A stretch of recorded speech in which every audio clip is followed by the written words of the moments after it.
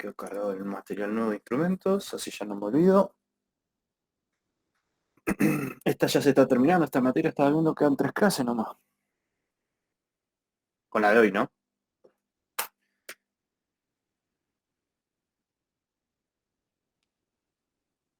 Bueno, damos 2 minutos más y arrancamos. Bueno.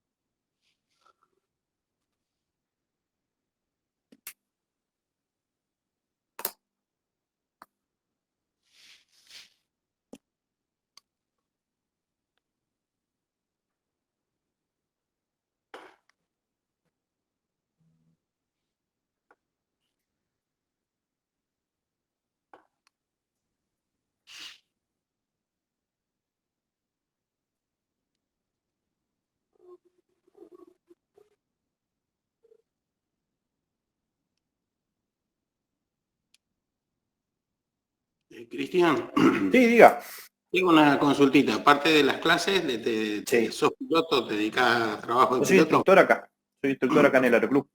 Está Soy instructor. instructor desde el 2015.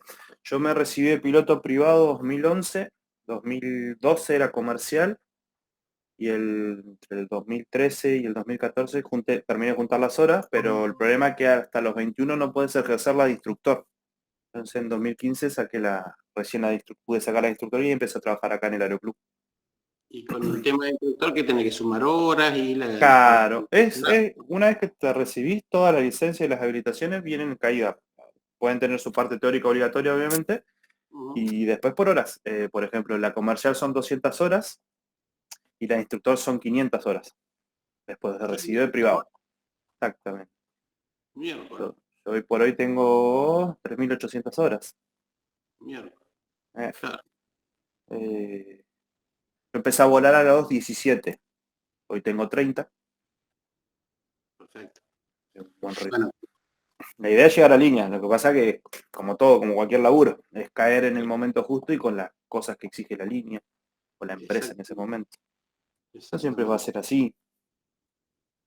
Pero bueno, Línea. estás en carrera, sos Sí, sí, joven. sí, sí, sí, sí, no, obvio. Lo importante, por ejemplo, es mantenerse la parte teórica al día. Me ayuda mucho esto de la clase, me ayuda a mantener la teoría en algunas cosas.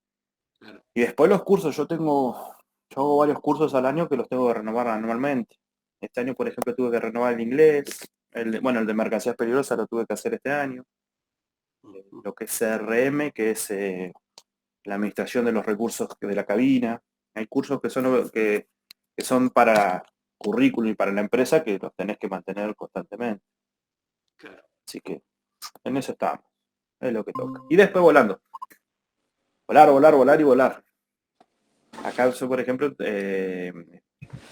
yo vuelo todo en el Tecna. Oscar vuela en el Petrel y después hay otro instructor que vuela en el otro Petrel. Así que estamos ahí divididos, por lo menos para volar un poco. Y ahora yo estoy sin volar porque estoy sin avión. Estoy a la espera de que vuela mi avión. El mantenimiento, ¿no? Claro, está en el anual. Se fue el lunes se fue. Entre ayer y hoy lo terminaban, pero el problema es que Buenos Aires estaba con nubosidad y lluvia. Y ahí van a ver si el fin de semana lo pueden traer, pero el problema es que el fin de semana acá se pone muy ventoso. Así que estaban viendo ahí que iban a hacer, si lo iban a por lo menos sacar de Buenos Aires, iban a tratar de acercar tanto como puedan por el tema de las nubes en Buenos Aires son complicadas. Por lo menos hasta San Antonio iban a tratar de meterlo. Bueno, ya que más o menos parece que estamos lo que estamos, vamos a meterle nomás. Como le decía recién, contando esta clase, nos quedan 3 de esta materia, ojo, de esta materia. Mi idea es que en esta y la próxima terminemos ya el material y la que nos quede sea solo de consultas, ¿ok? Repasen todo el material que yo les voy cargando en el Classroom. Ahí, claro, ahí cargué lo del instrumento que se los debía. Descargue todo el material, péguenle una leída obviamente cuando así traen consultas y lo charlamos acá y aprovechamos esos últimos 50 minutos que después vendría ya el examen, que se lo hacen acá presencial. ¿Ok? Ok. Pero aprovechen. Lo mismo va a ser con las otras materias. Nos va a quedar una última clase, si vamos bien con los tiempos, la idea es hacer una última clase de consultas. ¿Bien? Vamos a arrancar entonces. ¿Ahí se ve bien? Sí, muy bien. Bueno, la última vuelta habíamos quedado en la parte de lo que era la restricción de la cabina de pasajeros y la eliminación de contaminación. Hoy arrancaríamos en lo que es la separación y segregación de la mercancía, ¿sí? Uno que lea, por favor. Voy. Dale. Dame que lo encuentro. Separación y segregación. A.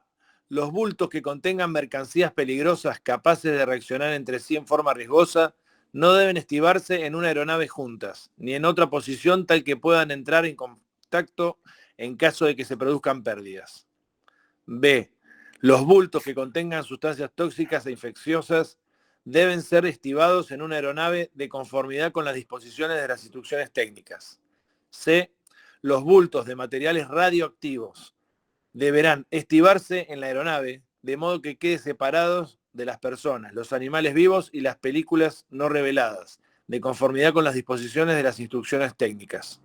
Exacto. Bien, lo primero y principal lo que siempre vamos a tener es la separación de aquellas mercancías que tienden a reaccionar entre sí. Acuérdense que a veces el problema o lo que genera la que transforma una mercancía peligrosa es la mezcla de ciertos elementos, ¿sí? Por ejemplo, véase, la madera de por sí no es una mercancía peligrosa, pero es un perfecto combustible para a un foco de ignición, ¿sí? Serviría de combustible. La mezcla de esos son los problemas que tenemos. También pasa muchas veces cuando se transporta ciertos elementos, ciertos químicos, ciertos fluidos, ¿sí? Que tienden a reaccionar de mala manera entre sí. Entonces, lo primero y principal, lo que siempre tenemos que tener en cuenta, que nuestro avión solo va a ir, según, si la instrucción técnica lo permite, que se mantengan, que podamos cumplir la separación entre uno y otro, caso de que se pierda uno, produzca fugas, daños, lo que sea, y no llega a entrar bajo ningún concepto con la otra mercancía a la que reaccionaría. ¿Se entiende? Si no se puede brindar dicha separación, cosa de que puedan actuar entre sí, en el avión no pueden ir juntas. ¿Bien? No se puede, no es que le ponemos una mampara, no van en el avión. Si hay probabilidad de que se puedan acercar una a la otra, no pueden ir en el mismo avión. ¿Sí? Lo primero y principal. Ahí es lo que se habla de separación. Normalmente para evitar problemas se terminan separando de vuelos, a menos que sea un vuelo una ruta que no se haga muy seguido, y normalmente se utilizaría aviones de mayor porte. Si hablamos aviones de mediano y pequeño porte, directamente no van a ir nunca en un mismo avión porque no se puede brindar una separación que dé la seguridad correcta. ¿Okay? El problema en este caso es la combinación de estas dos mercancías. En el caso de las sustancias tóxicas e infecciosas, la instrucción técnica por lo general lo que nos va a decir es cómo contener en caso de una fuga. Entonces tiene que ser la carga y el estivado tiene que ser de manera tal, y se van a tener que hacer algunos protocolos en caso de una pérdida o fuga. Acuérdense que hablamos de algo tóxico o algo infeccioso, muchas veces estamos hablando del tema de enfermedades, animales vivos y demás. Entonces, para evitarlo, que la propagación de la sustancia tóxica o de la propia infección, que puede ser una enfermedad, normalmente se utilizan muchas veces burbujas y demás dentro del avión, manteniendo aislado el elemento, ¿sí? Y en ese caso directamente no acercaríamos ningún otro tipo de mercancía por el simple hecho que se puede, ya sea la infección o la parte tóxica, pegar al otro embalaje, ¿sí? Y en el caso de lo material radioactivo, el problema con aquellos materiales radioactivos es que nunca se va a quedar en cero radiación, ¿sí? Por mucho que se contenga, siempre va a haber un ápice de radiación. Y el tema con la radiación es, por ejemplo, los rayos X. Un golpe de radiación corto no nos hace daño, ¿sí? Pero la constante estar expuesto constantemente a esos rayos es lo que realmente nos daña, ¿sí? Es, por ejemplo, lo que pasó con mucha gente de Chernobyl. No estuvieron expuestos al golpe de radiación directo, sino estuvieron en el ambiente mucho tiempo prolongado. Y eso es lo que daña. Y, por ejemplo, lo de las películas, los viejos rollos de película, si ven, por ejemplo, volviendo a Chernobyl, las grabaciones de Chernobyl van a ver los destellos. Eso es quemado por radiación.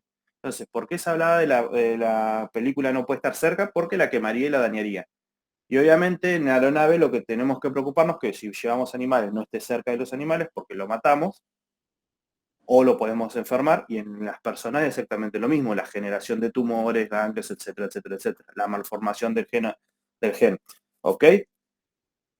Hubo una época que directamente las películas en los aviones no iban por el hecho de que tenían los químicos que las hacían muy inflamables, ¿sí?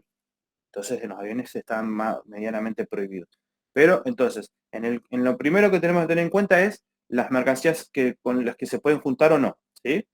Y si están juntas, qué tan juntas pueden estar o qué tan separadas tienen que estar, para que no entren en contacto bajo ningún concepto. El problema es no pueden entrar en contacto, o sea, bajo el peligro de fuga no se puede permitir que se entren en contacto. Lo segundo es la contención y la forma de estivarlo, que sea todo sustancia tóxica o infecciosa. ¿Sí? Normalmente en esto y tanto también con lo mismo con la radiación, se empieza a barajar la posibilidad de una fuga, cómo contenerla de manera rápida. ¿Bien? Y en el caso de la radiación, lejos de los seres vivos. ¿Bien? Lo primero, la separación y la segregación que hay que tener en cuenta siempre a la hora de la carga y la estiva de nuestra aeronave. Bien. Sigamos nomás. Uno que lea, por favor. Voy. ¿Qué es? Sujeción de las mercancías peligrosas. Cuando se carguen en una aeronave mercancías peligrosas supeditadas a la disposición que prescriptas, el exportador los protegerá para evitar que se averíen. Asimismo, el explotador tiene que sujetarla a bordo de modo tal que no puedan moverse en vuelo, alterando la posición en que se hayan colocado los bultos. Los bultos que contengan sustancias radiactivas se afianzarán debidamente para satisfacer en todo momento los requerimientos de separación previstos. Carga a bordo de las aeronaves de carga. A reserva de los previstos en las instrucciones técnicas, los bultos de mercancías peligrosas que lleven la etiqueta exclusivamente en aeronave de carga se cargarán de modo tal que algún miembro de la tripulación o alguna persona autorizada pueda verlos, manipularlos y cuando su tamaño y peso lo permitan, separarlos en vuelo de las otras mercancías estivadas a bordo. Bien. Lo primero es la sujeción de las mercancías tiene que ser de manera que no se pueda mover, ¿sí? Una carga suelta directamente va atado a un centro de gravedad móvil. Un centro de gravedad móvil termina en accidente en la mayoría de los casos. Es muy difícil controlar una aeronave que el centro de gravedad se está moviendo. Más si el movimiento es hacia adelante y hacia atrás, hacia la trompa y a la cola. Bien. Si es lateral, todavía se puede controlar, pero tampoco. Lo que pasa cuando es lateral es que es menor el movimiento por los espacios en sí. Entonces, lo primero y principal, la sujeción y la carga, es de manera que no se pueda mover. Y lo segundo es, la idea es proteger, que los embalajes no se estén chocando entre sí. ¿Se entiende? Entonces, se carga de manera que se mantengan fijas y estables las cargas y a su vez que no se puedan mover dentro de la aeronave. Cuando hablamos de lo que es la carga de las mercancías radiactivas, volvemos también a lo anterior. Tiene que ser de manera tal que no afecte ni a ninguna otra mercancía y que no esté ni cerca de ningún ser vivo. Y a su vez que tengamos la separación correspondiente para evitar que la radiación se pegue a otros bultos. ¿Bien? Y siempre controlando la posibilidad de la fuga. Bien, ante la mínima fuga se tiene que actuar y se tiene que disparar todos los protocolos correspondientes. ¿Bien? Después, cuando habla de la carga a bordo de aeronaves, tiene que tenerse dentro de las posibilidades al cargar en una aeronave, un avión de carga, valga la redundancia, tenemos que tener la posibilidad de manipular dicha carga y separarlas en vuelo, siempre y cuando el peso de esta carga se permita. ¿Sí? no siempre van a ser maquinarias o cosas gigantes, a veces van a ser cargas pequeñas, ¿bien? Como mucho lo que trabaja, por ejemplo, FedEx o UPS, que son paquetería muchas veces, ¿entiende? Entonces, todo eso se tendría que tener, se tiene que cargar de modo tal que se pueda manipular en vuelo, ¿sí? Por alguna razón se la tiene que separar de las otras mercancías, si el peso de la propia carga lo permite, que se pueda hacer, ¿bien? ¿Entiende hasta acá entonces? Acuérdense también que el tema de la sujeción y en caso de algunas fallas, ¿qué tal, Cristian? El tema de alguna falla, normalmente también se investigaría y se tomaría bien en cuenta si hay alguna falla en alguna de las sujeciones, porque es lo que se utiliza en cualquier vuelo de carga, cómo se sujeta, ¿bien? Entonces, en este caso no solo atendería las mercancías peligrosas, sino todo vuelo de carga. Bueno, seguimos entonces. Sí, acá está. Suministro de información. Vamos a empezar a ver los últimos detallecitos, que es qué información se le da a los distintos participantes de un vuelo de transporte de mercancías. Uno que lea, por favor. Bueno, agarro que Nomás. me quise conectar del auto, imposible. Ah, está bien el problema. Suministro de información. Información para el comandante. El explotador de toda aeronave en la cual se prevé transportar mercancías peligrosas, proporcionará al piloto al mando lo antes posible, previa a la salida de la aeronave y por escrito, la información sobre dicha mercancía que se exige en las instrucciones técnicas. Información e instrucción para los miembros de la tripulación. Todo explotador incluirá en su manual de operaciones información apropiada que permita a los miembros de la tripulación desempeñar su cometido en lo relativo al transporte de mercancías peligrosas y facilitará asimismo instrucciones acerca de las medidas que haya de adoptar en el caso de que surjan situaciones de emergencia en el que estén involucradas las mercancías peligrosas. Bien. Lo primero y principal, la información que se le dará al comandante viene estipulada por la instrucción técnica, ¿sí? Y tendrá que informar, si se tiene que informar al comandante, se dará por escrito y se dará carga, ubicación, cantidad y los riesgos que esta conlleva normalmente, ¿se entiende? Obviamente todo esto es previo a la salida, es normalmente cuando se entrega despacho de la aeronave y demás, ¿sí? Acuérdense que normalmente en una empresa el despachante entrega el despacho antes del despegue del avión. Lo coteja con el comandante da el visto bueno y ahí sí sigue, ¿sí? Ahí automáticamente también se informa de la carga. Normalmente en un vuelo que no lleva mercancías peligrosas se informa cuánta carga tiene el avión, ¿sí? Nada más. Pero si hubiera, en este caso, mercancías peligrosas, la instrucción técnica exige que se informe, obviamente, se informará mediante una segunda planilla qué mercancía se lleva, cuánta cantidad, dónde está ubicada, ¿sí? Y cuáles son los riesgos que esta conlleva. Y cuando hablamos de la parte de la tripulación, informa como al comandante si no se supone que si la empresa tiene la capacidad o tiene el trabajo de hacer transporte de mercancías peligrosas, está integrado en el MOE. Acuérdense, nuestro marco legal era el anexo 18 de la base, el código aeronáutico, el reglamento, las AIP y después propio de la empresa, el MOE, el manual de la empresa, el manual de operaciones de la empresa. ¿Entiende? Que obviamente está basada en las reglamentaciones. Pero en ese manual de la empresa tiene que tener bien diagramado las funciones y lo que va a hacer cada miembro de la tripulación en caso de, en transporte de mercancía peligrosa, se diera una emergencia. ¿Bien? Supongamos que en un avión de pasajeros, listo, se detecta humo, que se informa a los pilotos, etcétera, lo que corresponde a lo que se entienda, que se haya investigado, que es lo mejor que puede hacer la empresa para solventar, la tripulación, perdón, para solventar la situación y buscar el menor de los daños. En los aviones de carga, dependiendo los tipos de carga que puedan llegar a manejar, normalmente van los pilotos nada más, pero supongamos que a veces, dependiendo de los tipos de carga, puede ir una tripulación de bodega para ir controlando, uno o dos de bodega para ir controlando la parte de la carga, ¿sí? Por el simple hecho que lo normal es que los pilotos no abandonen su puesto. ¿Bien? ¿Bien entonces? Sí. Bien. Perfecto. Vamos a la información para los pasajeros. Uno que lea, por favor. Vale. Todo explotador tiene que cerciorarse de que se difunda información apropiada de manera tal que los pasajeros sepan qué clase de mercancía les está prohibida transportar a bordo de la aeronave, tanto en equipaje facturado como en el equipaje de mano. B. Como mínimo, esta información tiene que consistir en un aviso colocado previamente en cada puesto aeroportuario en el que el explotador venda el pasaje. Facture el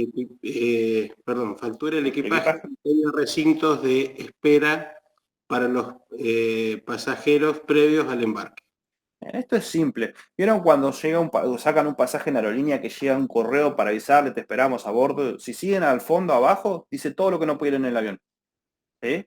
Dentro de esto supuestamente tienen que estar las mercancías peligrosas. En el caso de aerolínea directamente no se permiten mercancías peligrosas, como parte de los pasajeros obviamente. Pero tiene que estar bien aclarado toda la información y tiene que cerciorarse que esa información le llegue correctamente al pasajero y que lo entienda. Después, obviamente, al entrar al aeropuerto, si se fijan, está toda la cartelería, ¿sí? Normalmente hace mucha más alusión al tema de los elementos prohibidos en el avión que a lo que es mercancías peligrosas. Pero tiene que cerciorarse que toda esa información quede claro. Acuérdense, por ejemplo, lo que es desodorante y algunos elementos de higiene que vienen a base de alcohol, hoy por hoy se permiten en equipaje facturado, que quiere decir eso, lo que va a bodega, pero no en equipaje mano lo que va arriba. ¿Sí? Depende, a veces lo permite, pero se supone que tendría que ir en bodega, no arriba. ¿Bien? Pero se tiene que cerciorar que esa información se dé en la sala de embarque donde se hace el check-in, ¿sí? Donde se espere, y obviamente en cada punto de espera de los pasajeros se tiene que informar, o por lo menos ver un cartel. Obviamente en preembarque, por ejemplo, entre Leu ya no, porque ya pasó los supuestos controles, hasta pasó el escáner de PCA, pero antes del preembarque. ¿Bien? Toda en esa zona se tiene que informar. Entonces el pasajero no puede alegar que no sabía. Si aparece algo, directamente se actuará como corresponda, dependiendo de la gravedad de la situación. Bien. Hoy por hoy tenemos más accesibilidad a todos productos de higiene que vienen derivados del alcohol, pero años atrás teníamos muchos derivados de algunos elementos, por ejemplo, había laca que venía del petróleo, ¿sí? Derivado del petróleo, que eran recontra inflamables. Pero hoy por hoy ya se usa más alcohol para estas cosas. Entonces el problema sigue siendo el mismo, que es incendiario. Lo que pasa es un poco menos.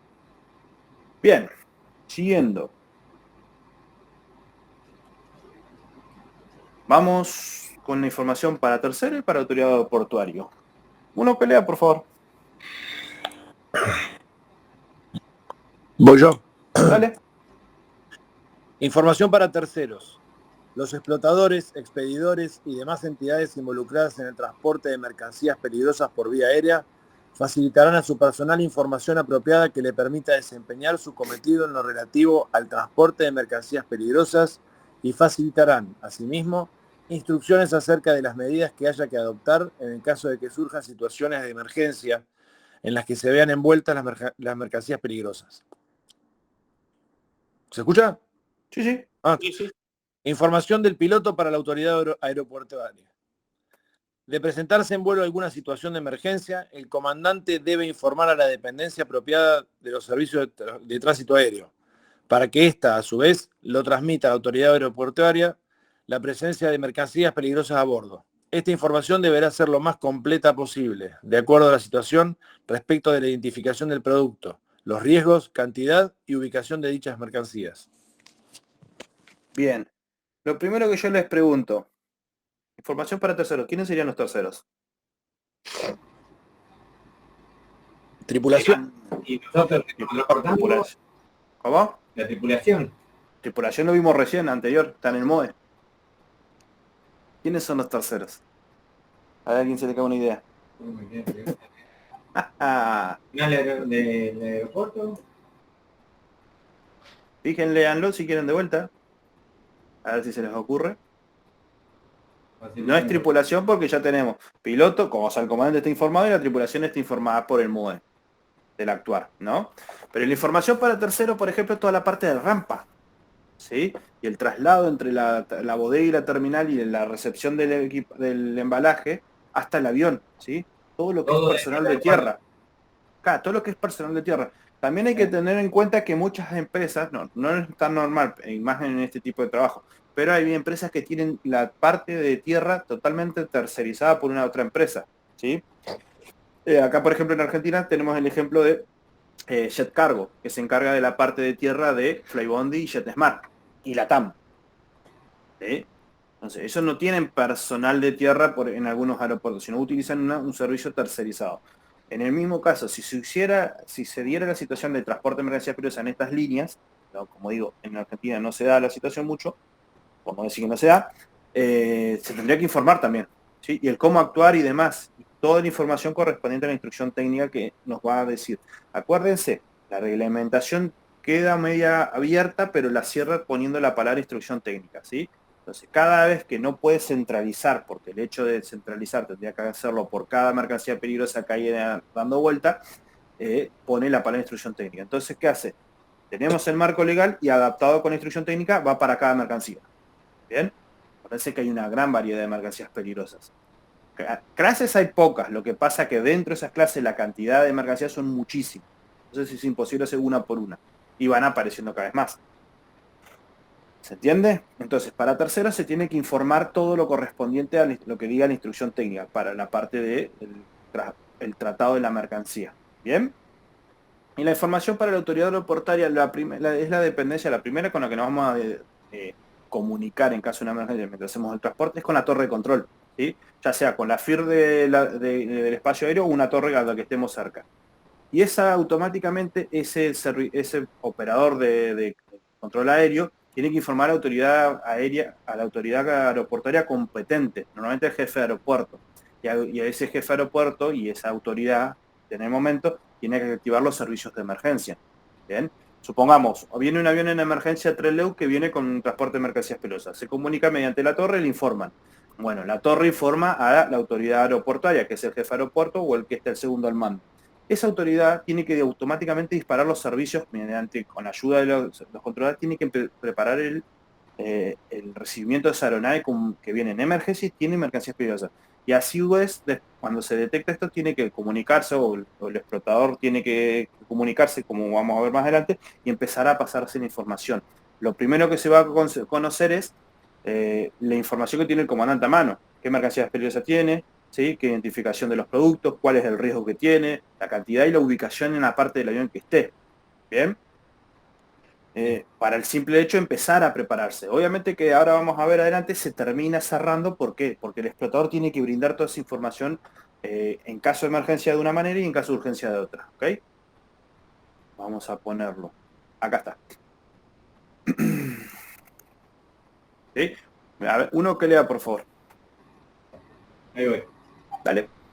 Información en caso de accidente o incidentes de aeronaves relacionados con mercancías peligrosas. Sí, estás con mercadería hoy. Vengo con mercadería hoy, sí. En los lentes, así que vengo bien.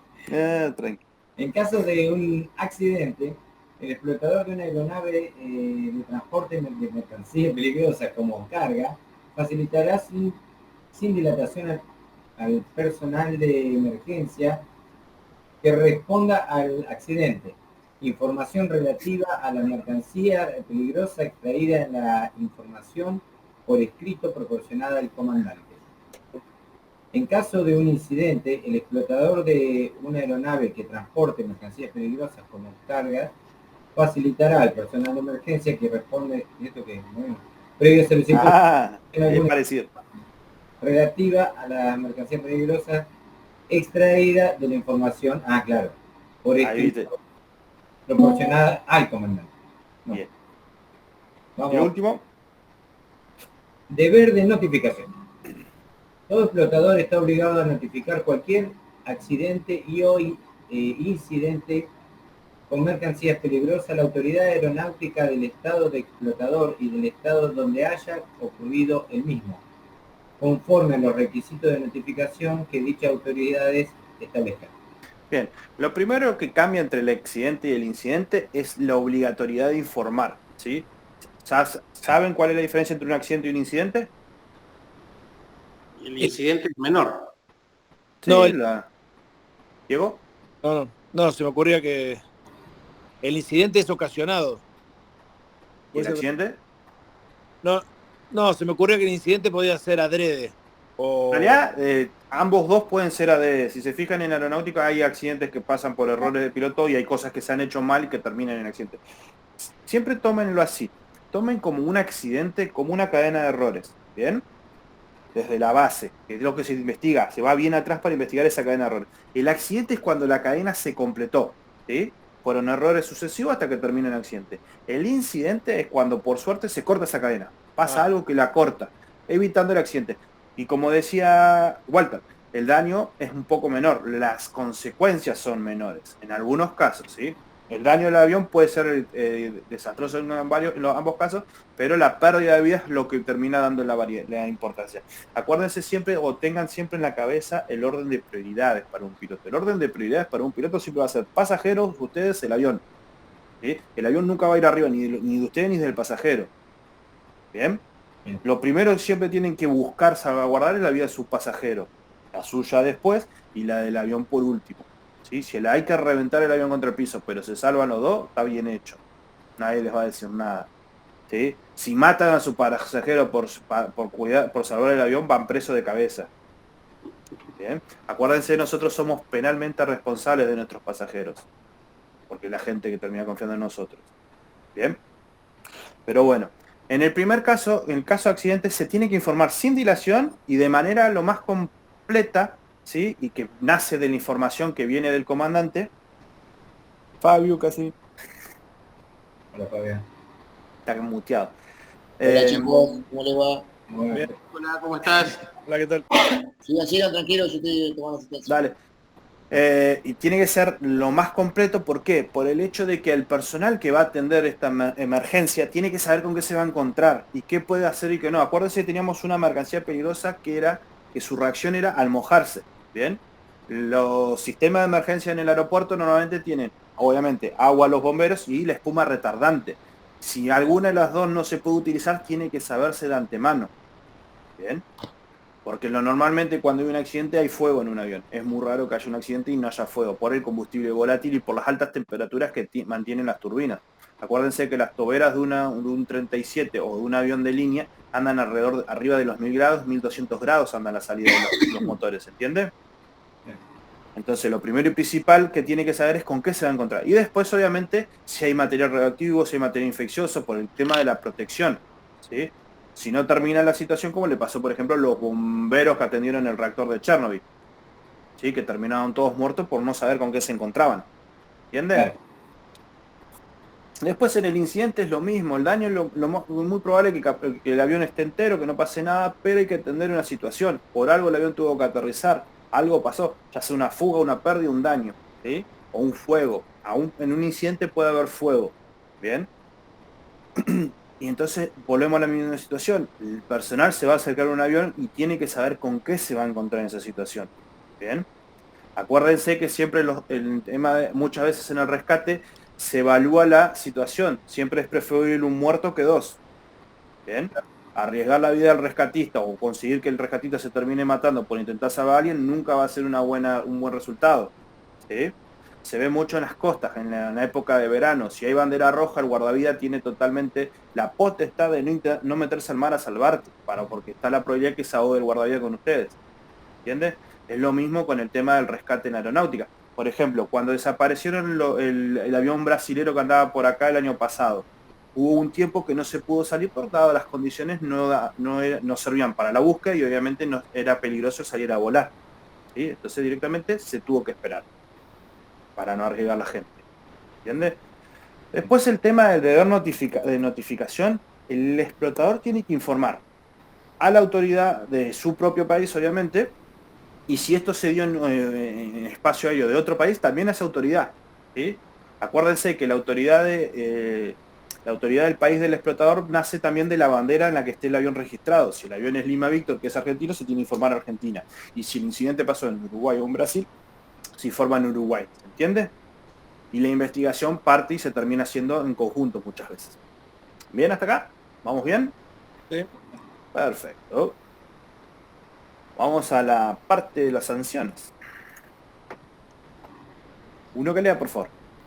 Voy. Cumplimiento. Sistema de inspección. La autoridad aeronáutica competente verificará el cumplimiento de los presentes regulaciones mediante un programa de control de diseño, fabricación, ensayos, inspecciones y mantenimiento de los embalajes y control de la clasificación de las mercancías peligrosas.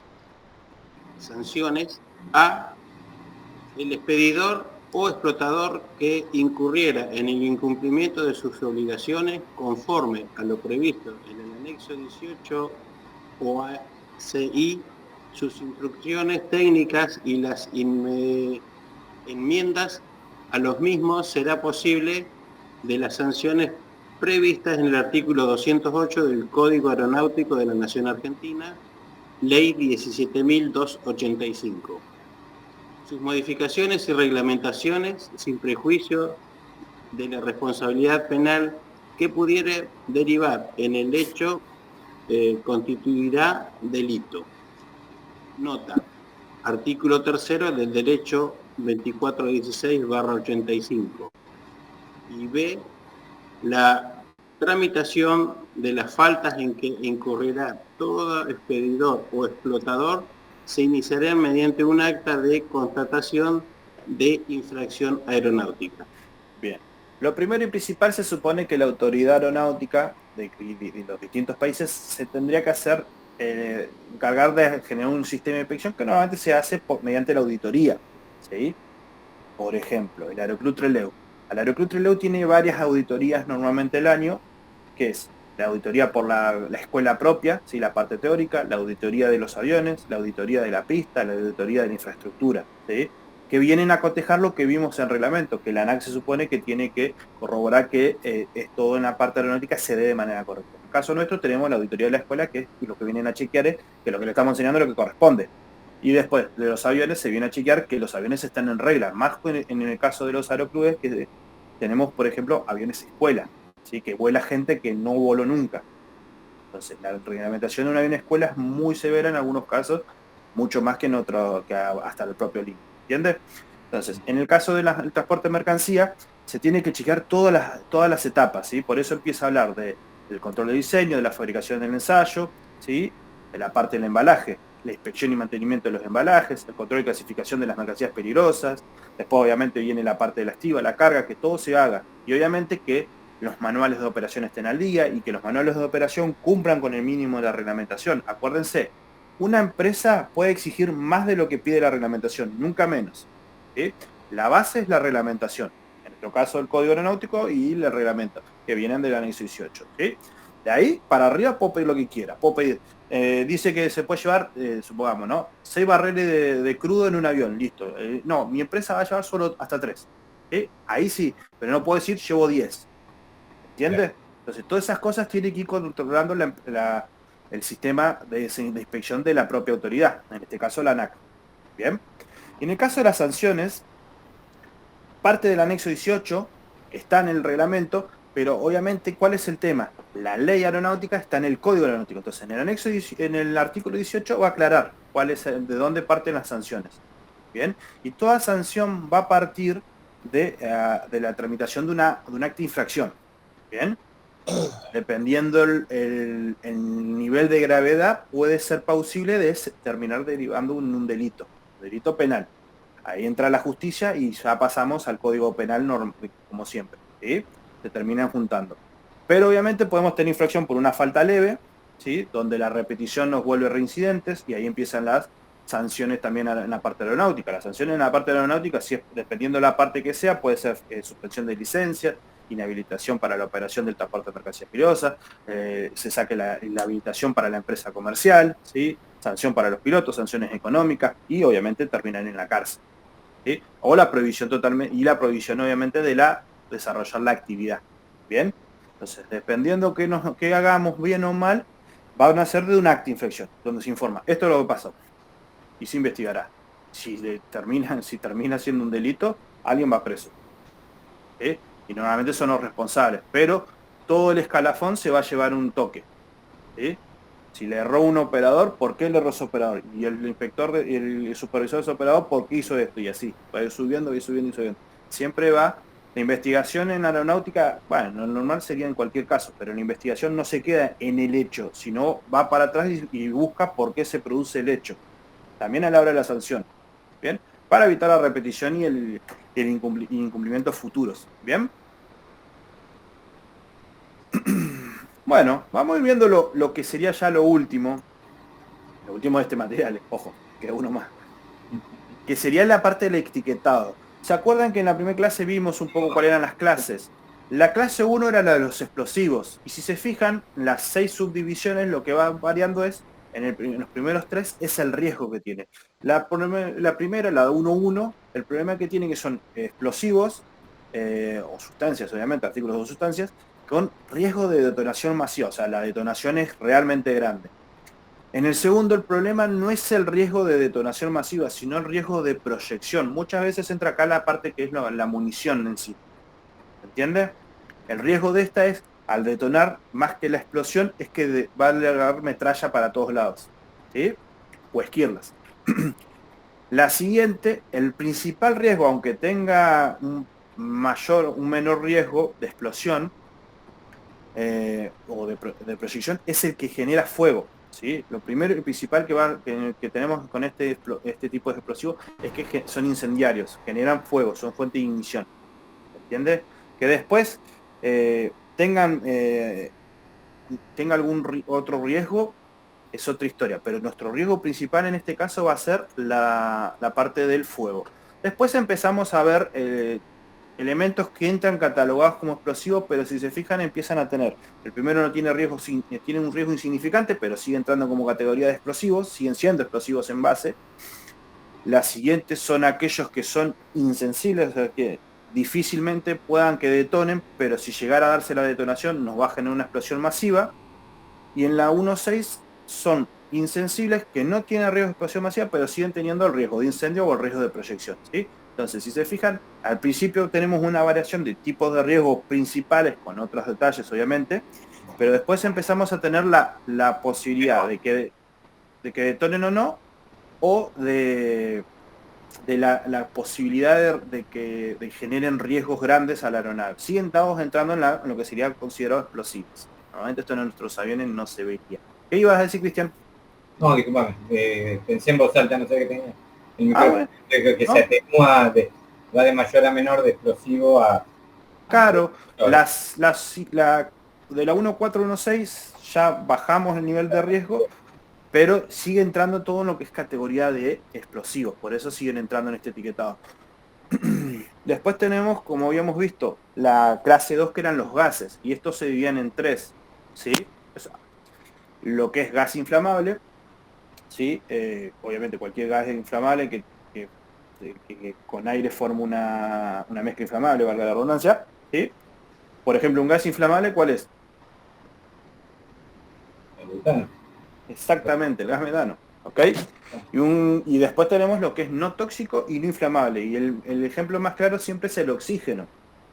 El tema con el oxígeno es que no es inflamable de por sí el oxígeno, pero si tenemos una fuente de ignición es combustible para el fuego, ¿sí? El tubo de oxígeno se abre y es combustible para esa llama, para mantenerla viva, ¿sí? Después tenemos la parte de los gases tóxicos, ¿bien? Todo lo que sea tóxico, corrosivo para la aeronave y que presente riesgo para la salud. Por ejemplo, un gas tóxico, ¿qué se les ocurre? Amoníaco, el cloro. Claro. Hay muchos que en estado gaseoso al inhalarse nos intoxica. Ojo, cuando hablamos de algo tóxico no quiere decir que lo tomamos, pum, nos pega, nos mata, sino que nos intoxica y nos puede inhabilitar. Ahí entran los gases lacrimógenos, etcétera, ¿sí? Todo gas que nos pueda menguar la salud, presentar un riesgo para la salud, ¿bien? Y llegarnos a la inhabilitación. Después, obviamente, tenemos aquellos que son los líquidos inflamables, que ahí lo que aclara es la forma del ensayo científico que se hace. Se hace en crisol cerrado y todo lo que abajo de 60.5 se incendie se considera líquido inflamable. Es un grado elevado de inflamación. En este caso entra todo lo que sea derivado del alcohol, todo lo que sea derivado del petróleo, ¿sí? Que sirvan como líquido. Acuérdense, por ejemplo, todos los desodorantes están en estado líquido, ¿sí? Pulverizados obviamente por la parte de la punta, y los que son secos son un talco. que de misma manera está pulverizado. Y un sólido, y después tenemos lo que es los sólidos inflamables, ¿sí? Que pueden, que normalmente son utilizados. El problema con estos elementos es que sirven como combustible, ¿sí? Y contribuyen al fuego mediante la fricción. ¿Bien? Acá, por ejemplo, muchas veces puede entrar, lo gracioso puede entrar la madera, porque sirve como combustible al fuego y por fricción se puede prender fuego. ¿Se entiende? Raro. Después tenemos lo que es combustión espontánea y la última que era la peligrosa al mojarse, que el riesgo de esta era que son susceptibles al agua y al mojarse normalmente desprenden gases que estos son los realmente inflamables. ¿Entiende? ¿Se entiende hasta acá? Por ejemplo, un solo inflamable, que se les ocurra, un sólido inflamable. Plástico. Plástico. Sí, el plástico, el papel, etcétera, etcétera, etcétera. Y de combustión espontánea, hay uno que está en la casa. Fósforo. El fósforo. Acuérdense que el fósforo, cuando lo prendemos, vieron que la llama es grande. Es ahí donde se está consumiendo el fósforo. Después la llama que queda, pues está consumiendo la madera. Pero la primera llama que es grande, que se ve grandota, que se consume muy rápido, ese es el fósforo, la cabeza del fósforo. ¿Bien? Peligroso al mojarse no les voy a preguntar porque ni yo me acuerdo de una. Los Gremlins. ¿Eh? Los Gremlins. Ah, vos sos chico, un segundito. Pero... El gremlin, no, igual lo conozco los gremlins, no soy tan chico. Después teníamos en las 5 que entraban, lo que era oxidante y peróxido orgánico. En estas dos, el principal riesgo es lo que vimos por lo que nace la separación y segregación. Estas dos, el principal problema que tenemos es que estimulan y ayudan a la combustión de otro material, las dos, ¿bien? Por ejemplo, un oxidante, algo a base de oxígeno, una sustancia que produzca oxígeno. Me voy a poner de tarea eso, Tranqui, no pasa nada. Tiene oxígeno. ¿Ah? El aire tiene oxígeno. Sí, el aire de por sí. Lo deja, se lo dejo para que busquen. Y por ejemplo, un peróxido orgánico, un material orgánico, líquido, sólido. Agua oxigenada.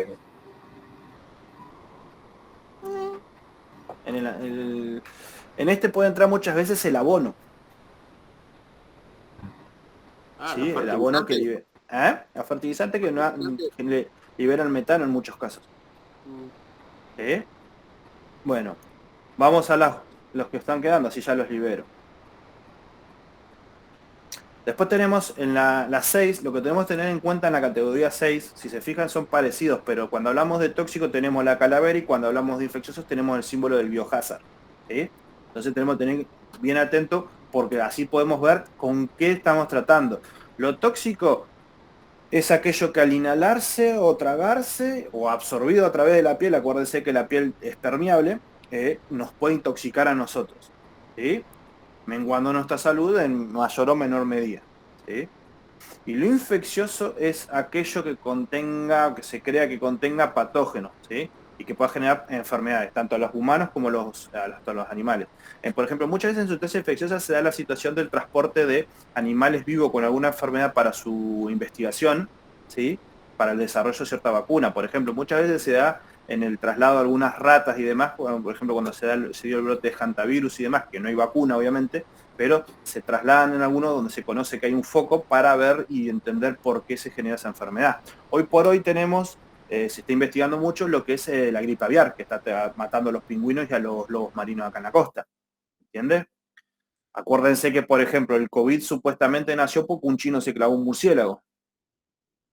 Entonces, muchas veces tenemos esas situaciones de ciertos animales o aquellos elementos que se entiende que se tiene un patógeno que puede causar la enfermedad al humano o al animal. Cuando se hacía el transporte de los reactivos de los hisopados en la pandemia, entraban en sustancias infecciosas. ¿Bien? Tenían que ser etiquetados como tal. ¿Sí? Muchas veces se da en las cepas de enfermedades y cualquier desecho de este tipo de mercancías, de las sustancias infecciosas, se considera un desecho patológico. Hay que tener mucho cuidado al tratar por el hecho de que podemos liberar una enfermedad. Y las últimas que nos quedan, y con esto ya cerramos hoy, tenemos la línea de los radioactivos, que va de la clase de la edición 1 a la 3, que cómo lo vamos a poner en una en otra, dependiendo del ensayo. se acerca el tipo de elemento radioactivo a tejido vivo y dependiendo del daño que se le haga al tejido, va a entrar en una o en la otra, ¿sí? Y obviamente los niveles de radiación que emita. Pero lo primero es el daño al tejido vivo, ¿bien? En la 8 tenemos todo material corrosivo, todo aquello que tenga la capacidad de corroer tanto a la aeronave o a la máquina, ¿sí? O a los elementos, como al humano, ¿sí? Ahí es donde entran muchos, normalmente los ácidos, ¿bien? Y la última, la 9, los misceláneos o los otros, es donde se tomarían las mercancías que se consideran peligrosas que todavía no están catalogadas en ninguna de las otras categorías. Se entiende que tienen un peligro, todavía no se definió cuál es la categoría que va a entrar, qué tipo de riesgo, entonces se mantiene acá y se le da el trato como una mercancía peligrosa. ¿Bien? ¿Se entendió? Sí. Bien. Con esto damos terminada la clase de hoy, chicos. Nos estaremos viendo el lunes, y si mal no recuerdo, con reglamento. Les cargué ya el material que les debía de instrumentos del otro día, ¿bien? Y esta clase la próxima hacemos un material un poco más corto si llegamos, y la que quedaría sería para que repasen, ¿se entiende? Bárbaro. Perfecto. Nos estamos viendo, chicos, buen fin de... Estamos viendo, muchas gracias. Chao, chao. Chau, chau.